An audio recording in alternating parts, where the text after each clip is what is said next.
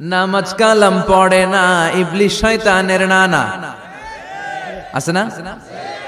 নামাজ নাই, রোজা নাই, নাচানাচি, নাচ গান, গোসল করে না, সারা বছরে করে একবার, ওই গোসলের পানি মুরিদরা খায় ফেলায়। আছে না নাই?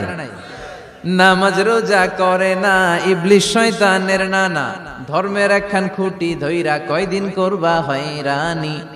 ভণ্ডামি ভণ্ডামি ভণ্ডামি, ছাইড়া দে ভণ্ডামি। ঠিক কি না?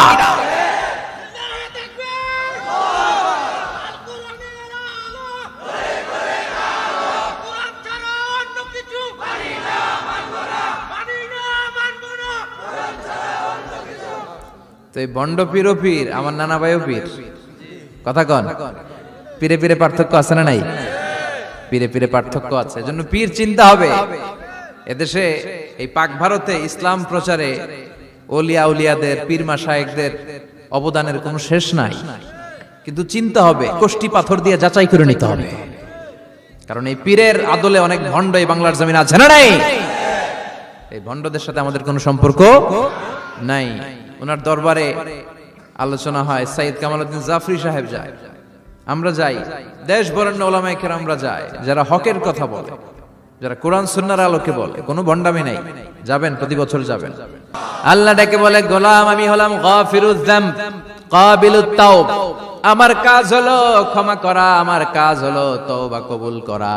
শয়তানের কাজ হলো ওয়াসওয়াসা দেওয়া, আমাদেরকে ভুল পথে নিয়ে যাওয়া, আর আমাদের কাজ হলো ভুল করে ফেলা। আল্লাহর কাজ হলো ভুলগুলো মাফ করে দেয়া।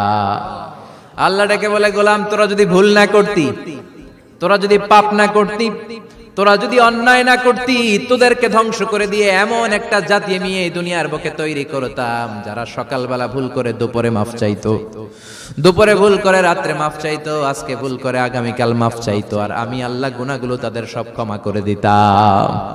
ক্ষমা করে দিতে আল্লাহর বড্ড ভালো লাগে।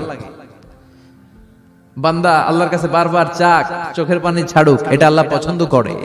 চোখের পানির যে কত পাওয়ার আপনি কল্পনাই করতে পারবেন না।